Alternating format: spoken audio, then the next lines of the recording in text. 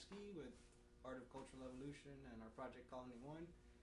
We're bringing you the hydroponic tower that we first spoke on, I believe it was Monday or Tuesday, and we haven't shot since then, but we have gotten quite a bit done. Again, this is the Center for Social Change's hydroponic system. It's a gravity flow based system. It's 5 legs. It's gonna have 55 plants. We actually have our seeds already growing. If you can see it in the background, it's actually back here. Yeah. Yeah. We have them sitting in rock wool, and they're fed with the Maxi Crop soluble powder. It's a seaweed. It's a kelp emulsion, so it's all organic. I also have a calcium carbonate that's also organic. It's also homemade. That's if you need calcium. So, question. Yeah. What do we have, or what are the possibilities of things that we can grow in this type of system? Microgreens, herbs, vegetables of all different varieties. Things like tomato, things that like hanging, they're not so good unless you have another type of system where it's like a horizontal system. Something you can do on a balcony, for example, on a ledge somewhere, to where you can actually have it growing upside down. Upside down is actually probably the best way to grow tomatoes and grapes. Anything that's not rooting, like carrots or ginger, potatoes, beets, stuff like that's also not the best for this. You like greens and veggies like squash, zucchini. What we got growing on right now is actually I'm trying out some blue shelled peas. We got basil, cilantro. We have zucchini and cucumber. We have hot peppers and sweet peppers. Also a garden mix of lettuce and a whole roll of kale. So we can do some kale chips. Nice. Yes, sir. Just to show you, the way the system is going to work is you have the main reservoir, which is underneath the seedling tray. I had to make a 5-way valve, which I will show you right now. So for those of you who just joined us, we're basically explaining how to build your own hydroponics tower. What would you say, what was the budget that we used to build all of this? We went a little over budget, but I mean it is going to be a really nice system. It was about $550 going on to $600 after everything. At the same time, you can use a whole lot of recycled materials. You can find a lot of PVC that's reused.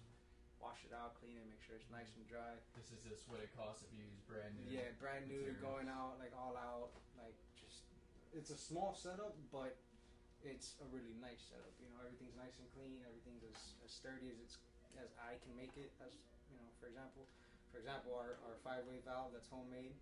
Nothing is set in yet as far as glued together or actually stuck on. Everything's just pressed. This is a homemade 5-way valve. Let me see how it looks. Yeah, you can see. So homemade valve. We got, I believe this is 1 inch. Yeah, 1 inch or 1 1/4 inches. We got 3/4 inch going up into some fittings and our ball valves and our right angles into 1/8, I believe. Very nice. So yeah, it's just a T that I drilled in. Everything just done here. Shaving it with by hand. So a lot of this is DIY. I mean, this whole thing is DIY, so you just got to do it yourself. That's kind of the whole purpose of it. It may be a little bit of money, but in the long run, it'll actually overcome itself. It'll pay off in the long run because you're growing 55 plants just on one. In this method, you're able to build a lot more, but vertically instead of using horizontal space. If you're in a smaller area, which if you notice our room.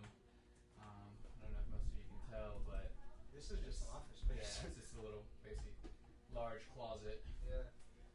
So the way it's working is we have a 350-gallon submersible pump underneath. It was actually the first one that I showed you guys when we got it all and we first periscoped. It's going to come up through the 3/4 inch rubber flexible tubing up the 5-way valve. We have this 1/4 inch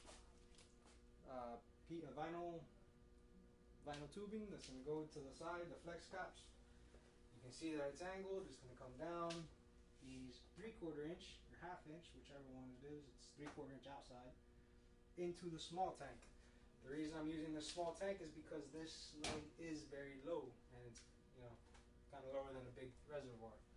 That small tank's going to have a 250 gallon submersible pump pushing water back in. That's also where we are going to be able to feed it easier and not have to worry about taking the big top over. Also, when we're draining it all, it'd be easier to take that small one than the big one. And since we have it still flowing afterwards, that's how you clean it out as well, every 2 to 3 weeks. The halogen light in there is just the standard halogen light that it comes with. It's a little pretty badass receiving tray that comes pretty set up. And yeah, so that should be about a week or two.